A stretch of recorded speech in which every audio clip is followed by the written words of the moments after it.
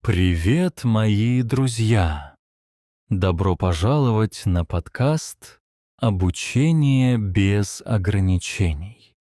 Это твой простой и спокойный подкаст.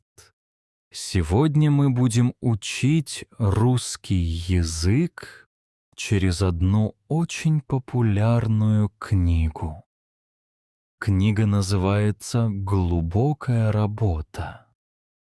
Автор книги — Кэл Ньюпорт. Он профессор. Он изучает фокус, внимание, обучение и продуктивность. Продуктивность означает, как хорошо вы используете свое время. Эта книга очень важна для изучения языков.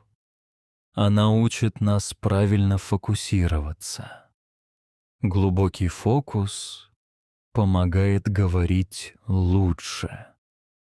Глубокий фокус помогает понимать быстрее. Ты слушаешь, ты отдыхаешь, и ты учишь русский язык естественно. Вы можете повторить этот подкаст завтра или на следующей неделе. Давай сделаем глубокий вдох и начнем наше путешествие. Глава 1. Что такое глубокая работа? Что значит глубокая работа?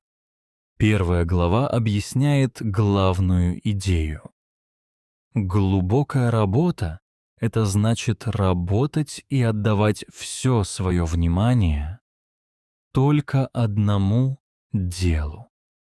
Когда вы делаете глубокую работу, вы не смотришь в телефон, вы не проверяете уведомления, вы не читаете сообщения, вы не пускаете отвлечения в свой ум. Все, что отвлекает твой ум, это проблема. Например, ТикТок, Инстаграм, быстрые сообщения или громкий звук. Это отвлечение. Когда вы делаете глубокую работу, вы используете свой мозг эффективно. Вы думаете ясно, вы понимаете быстрее. Вы учитесь быстро и помните больше. Кэл Ньюпорт говорит, что глубокая работа — это суперсила. Суперсила означает очень специальную способность, которая дает отличные результаты. Почему он называет ее суперсилой? Потому что сегодня наш мир полон шума. Люди проверяют телефоны много раз каждый час. Они начинают, останавливаются и снова меняют задачи. Задача — это просто одно дело, которое вы делаете. Они не могут долго делать одно дело. Но когда вы умеете фокусироваться глубоко, вы становитесь другим. Вы выделяетесь. Вы учитесь быстрее, чем другие люди. Вы заканчиваете работу быстрее. Твой ум становится острым и спокойным одновременно. Глава 2. Поверхностная работа и глубокая работа. В этой главе Кэл Ньюпорт объясняет разницу между двумя видами работы. Один вид помогает вашему мозгу расти. Второй вид делает вас занятыми, но не помогает вам расти. Понимание этой разницы очень важно для изучения языков. Глубокая работа — это когда вы полностью сфокусированы на одном деле. Ваш ум становится спокойным, сильным и ясным. Вы учитесь больше за меньшее время. Глубокая работа иногда кажется тяжелой, потому что ваш мозг реально работает. Поверхностная работа — это противоположность. Поверхностная работа это легко. Это просто и не требует много думать. Вы можете делать ее, когда ваш мозг наполовину спит. Вы можете делать ее и одновременно проверять телефон. Поверхностная работа тратит ваше время, но она не помогает вам расти. Кэл Ньюпорт говорит, что большинство людей весь день делают поверхностную работу. Они отвечают на быстрые сообщения, они смотрят видео, они двигаются быстро, но они не идут глубоко. Они чувствуют себя занятыми, но они не делают прогресс. Прогресс означает движение вперед. Многие люди учат языки поверхностно. Они смотрят видео на русском, но в это же время проверяют телефон. Они читают текст, но пропускают строчки. Это обучение кажется легким, но оно не помогает вашему русскому языку расти. Поверхностное обучение — это как ходить по воде, которая вам только по лодыжку. Это легко, но это не тренирует тело. Глубокое обучение — это как плавание. Вы полностью заходите в воду. Ваше внимание полностью здесь. Ваш мозг работает усердно, и поэтому вы становитесь сильнее. Когда вы слушаете русский язык глубоко, происходит что-то красивое. Вы начинаете понимать вещи, которые раньше были трудными. Ваши уши слышат новые звуки. Ваш ум начинает видеть паттерны. Паттерн — это то, что повторяется снова и снова. Например, структуры в языке. Глубокое слушание тренирует мозг замечать эти паттерны. Поверхностное слушание этого не делает. Когда вы читаете на русском языке глубоко, вы замедляетесь. Вы смотрите на каждое предложение. Вы понимаете смысл. Вы замечаете, как слова соединяются. Мозг строит сильные пути памяти. Путь — это маленькая дорога внутри мозга, которая помогает информации двигаться легко. Когда вы читаете поверхностно, вы просто вводите глазами по тексту. Мозг не строит ничего нового. Когда вы говорите по-русски глубоко, вы обращаете внимание на свои слова. Вы думаете о предложении, которое хотите сказать. Вы слушаете свой голос и меняете его. Меняете, значит, делаете немного лучше. Это создает беглость. Беглость означает говорить плавно и естественно. Кэл Ньюпорт говорит, что глубокая работа создает результаты высокого качества, а поверхностная работа создает средние результаты. Представьте двух студентов. Один динамично слушает подкаст с полным вниманием 20 минут. Второй слушает тот же подкаст, но проверяет сообщения в WhatsApp и смотрит на часы. Они провели одинаковое время, но результат разный. Первый делал глубокую работу, второй делал поверхностную работу. Только один из них будет расти быстро. Поверхностная работа опасна, когда она становится привычкой. Привычка — это то, что вы делаете каждый день без размышлений. Люди берут телефон автоматически. Эти привычки делают ум слабым. Хорошая новость в том, что вы можете это изменить. Вы можете тренировать свой ум, делать больше глубокой работы. Ваш мозг становится сильнее каждый раз, когда вы входите в это глубокое пространство. Глава 3. Почему глубокая работа важна? Глубокая работа важна, потому что она меняет ваш мозг, ваши навыки и ваше будущее. Когда что-то важно, это значит, что это полезно и ценно в вашей жизни. Это способ тренировки ума. Когда ваш ум сильный, все становится легче, особенно такой язык, как русский. Многие работы сегодня требуют понимания сложных идей. Сложный означает непростой. То, что требует реального мышления.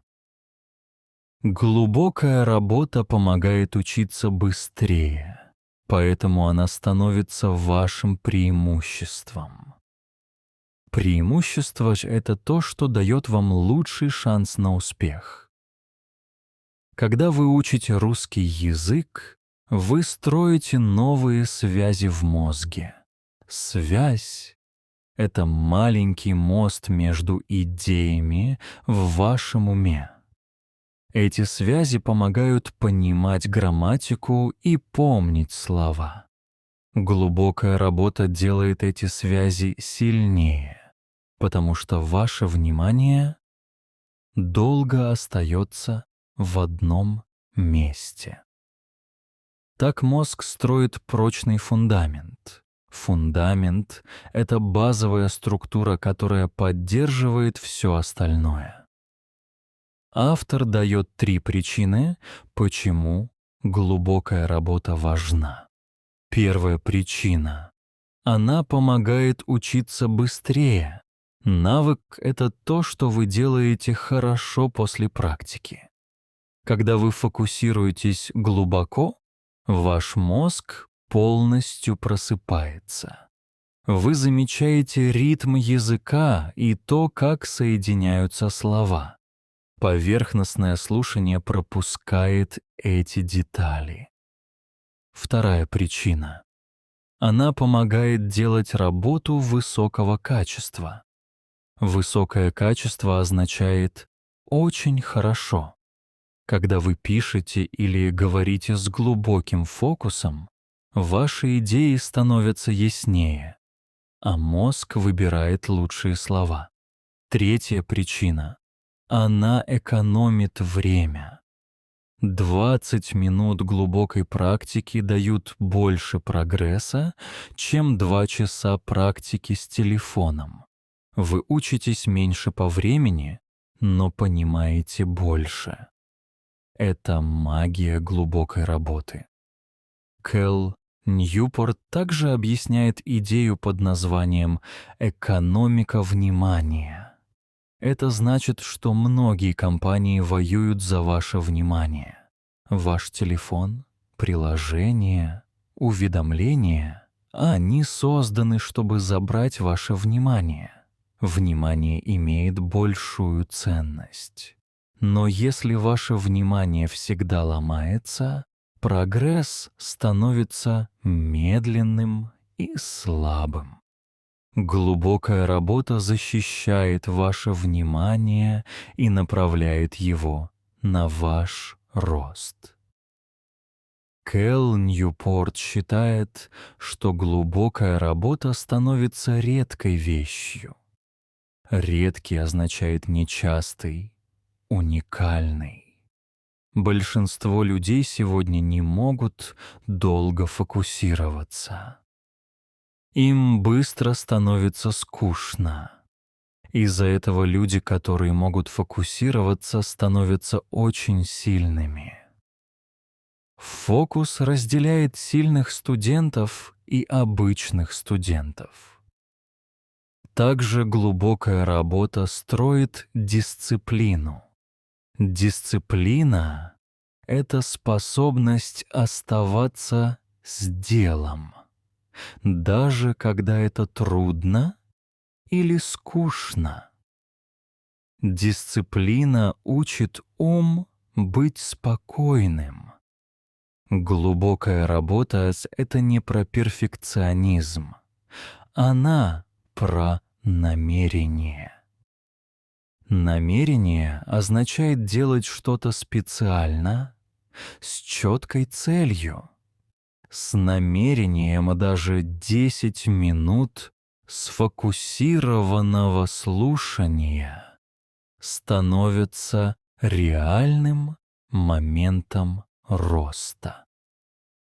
Намерение меняет все.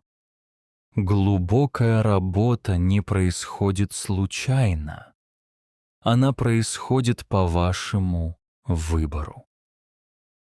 Каждое утро вы решаете, каким будет ваше обучение — глубоким или поверхностным. Глава 4. Гипотеза глубокой работы. Кэл Ньюпорт начинает эту главу с главной идеи. Он называет ее гипотезой. Гипотеза — это сильная идея, в которую вы верите еще до того, как покажете все доказательства. Его гипотеза проста. В сегодняшнем мире способность делать глубокую работу становится очень редкой. И потому что она редкая, она становится очень ценной. Ценный означает важный. То, что помогает достичь целей. Люди, которые научатся делать глубокую работу, станут успешными в любой сфере.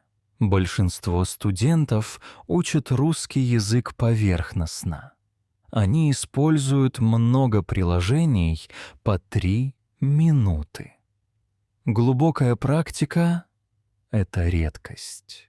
Вы почти никогда не видите, чтобы человек сидел тихо и слушал русский язык с полной концентрацией 20 или 30 минут. Но потому что это редкость, это дает вам суперсилу. Современный мир полон шума. Шум — это не только звук, это ментальный шум. Слишком много информации, слишком много приложений, слишком много сообщений. Из-за этого ум становится слабым. Слабый ум не может учиться глубоко. Нашему мозгу нужно время, чтобы положить звуки, слова и паттерны в долговременную память. Когда вы делаете поверхностную практику, информация только касается мозга на секунду, а затем исчезает. При глубокой практике информация входит глубоко и остается надолго. Когда ваше внимание разделено, ваше обучение тоже разделено. Прогресс становится медленным, а уверенность — слабой. Теперь представьте другую картину. Вы сидите в тихой комнате. Вы слушаете русский язык глубоко. Вы слышите каждое слово. Вы дышите медленно. Вы впускаете язык в свой ум. В этот момент мозг строит новые дороги. Это создает долгосрочный рост. Глубокая работа помогает понимать сложные вещи. Мастерить язык значит понимать естественную скорость, говорить понятно и читать плавно. Сначала продвинутый русский язык может казаться слишком трудным, а ум устает. Но если вы тренируете фокус каждый день, мозг адаптируется. Придет день, когда вы послушаете сложный текст и подумаете: «Я понимаю это». Это результат работы, а не таланта. Поэтому сделайте себе маленькое обещание. Скажите эти фразы со мной. Я буду учиться глубоко. Хорошо? Я буду фокусироваться полностью. Отлично. Я буду становиться сильнее каждый день. Фантастика. Вы все делаете правильно. Глава 5. Правило номер 1. Работайте глубоко. Первое большое правило. Книги. Вы должны работать глубоко. Это значит войти в пространство полного фокуса. Глубокая работа требует структуры. Структура означает простой план, который вы повторяете каждый раз. Если вы ждете идеального момента, он никогда не придет. Вы должны создать этот момент сами. Также важен ритуал. Ритуал — это маленькая рутина, которую вы делаете перед стартом. Например, сесть на тот же стул, сделать медленный вдох, убрать телефон или открыть тетрадь. Эти маленькие шаги дают сигнал вашему мозгу. Сигнал означает сообщение. Сообщение такое: сейчас время фокусироваться. Каждый день вы повторяете это, и мозг включает русский режим. Ум становится тихим и готовым. Вы должны убрать все отвлечения. Если вы оставите их, они будут ломать ваш фокус снова и снова. Даже одна маленькая вибрация телефона может остановить глубокую работу. А когда фокус ломается, вернуться обратно очень трудно. Глубокую работу нужно делать в блоках времени. Блок времени означает период, когда вы делаете только одно дело и не переключаетесь. Переключение ломает ваш поток. Поток — это приятное чувство, когда ваш ум сфокусирован и все кажется связанным. Когда вы слушаете русский язык в состоянии потока, ваши уши открываются. Вы ловите звуки, которые пропускали раньше. Мозг соединяет идеи, как элементы пазла. Но если вы проверяете другие вещи, русский язык просто выскальзывает из вашей головы. Ваш фокус — это как мышца. Мышца становится сильнее, когда вы ее используете. Сначала глубокая работа — это трудно. Через несколько минут ваш мозг хочет получить что-то легкое. Но если вы остаетесь здесь, ваш фокус становится сильнее. Завтра вы сможете фокусироваться чуть дольше. Скоро глубокая работа станет нормальной вещью. Вы должны заканчивать работу четко. Когда вы закончили, скажите себе: «Я закончил». Это помогает мозгу отдыхать. Отдых — это не лень. Отдых помогает мозгу систематизировать то, что вы выучили. После глубокого слушания мозг тихо раскладывает новые слова по полочкам. Лернинг продолжается даже в тишине. Также помните про ментальную энергию. Мозг использует много энергии во время фокуса. Делайте глубокую работу, когда ваш мозг свежий. Свежий означает готовый, не уставший. Обычно это утро, но вы можете выбрать свое время. 20 минут глубокой практики в правильное время лучше, чем 2 часа практики, когда вы очень устали. Когда вы практикуете глубокую работу каждый день, вы чувствуете себя спокойнее и увереннее. Вы гордитесь собой. Результаты будут магическими. Вы начнете чувствовать язык внутри себя. Глава 6. Правило 2. Примите скуку. Если вы хотите фокусироваться глубоко, вы должны научиться принимать скуку. Принять означает согласиться и быть спокойным, не убегать. А скука — это чувство, когда ничего интересного не происходит, когда ваш ум чувствует себя медленным.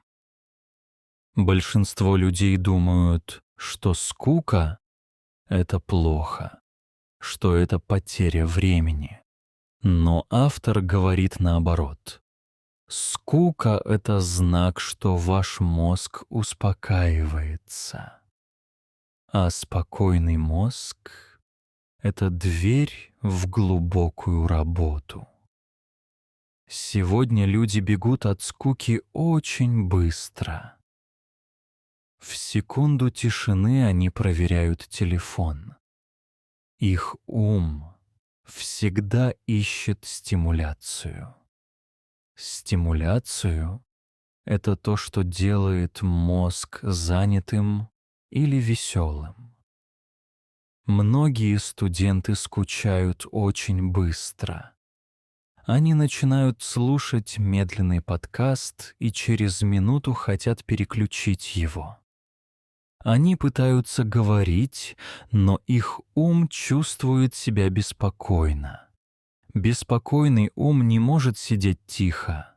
Он хочет двигаться. Но скука — это не враг. Скука — это место тренировки для глубокого обучения.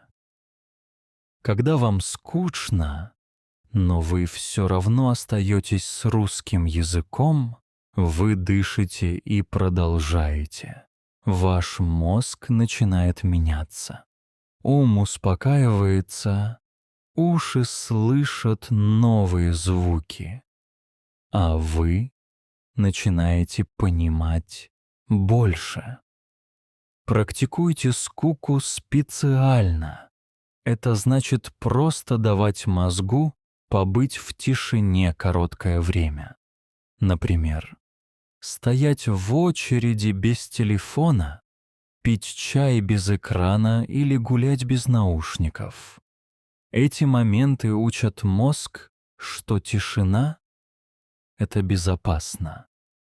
Так глубокое обучение становится легче. Вы входите в состояние покоя. Покой — это тишина внутри ума, где растет глубокое понимание. Глубокая жизнь — это богатая жизнь. Богатая жизнь означает не деньги.